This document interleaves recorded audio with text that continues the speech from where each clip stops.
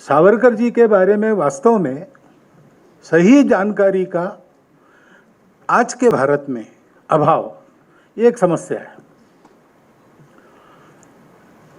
जैसा मैंने कहा था मावरकर जी को कि आपने धनंजय कीर जी की पुस्तक लिखी क्या, वो एक ऑथेंटिक किताब है, वेल रिसर्च किताब है।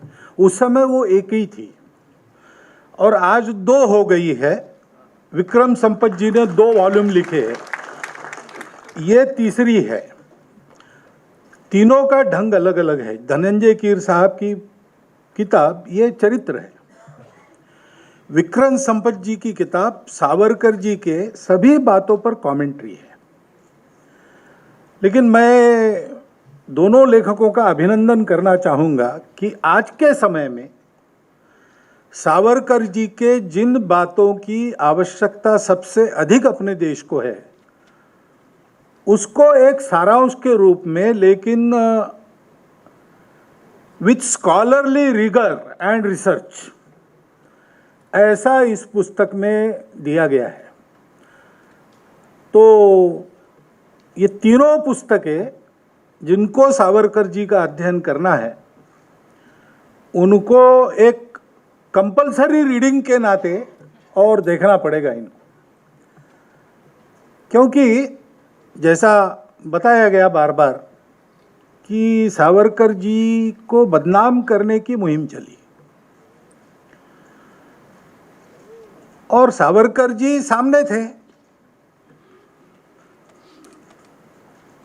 हिंदुत्व का विचार आज बोलने वाले लोग, उस समय बोलने वाले लोग, वो सामने थे, संघ सामने था। इनके बदनामी की मुहिम चली है, स्वतंत्रता के बाद बहुत तेजी से चली है। लेकिन असली लक्ष्य क्या है? असली लक्ष्य इनके पीछे, यानी हमारे पी परमेश्वरन जी थे, उनका एक लेख आगे आज ही मैंने पढ़ा, हमारे प्रफुल्ल जी ने मुझे दिया। तो उन्होंने इसी विषय पर लिखा है कि आज संघ और सावरकर पर बड़ी टीका टिप्पणी हो रही, लेकिन असली लक्ष्य दूसरा है।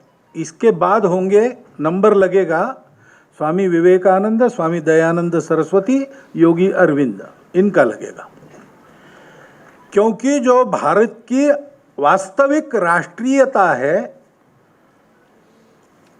उसका प्रथम उद्घोष इन तीनों ने किया है।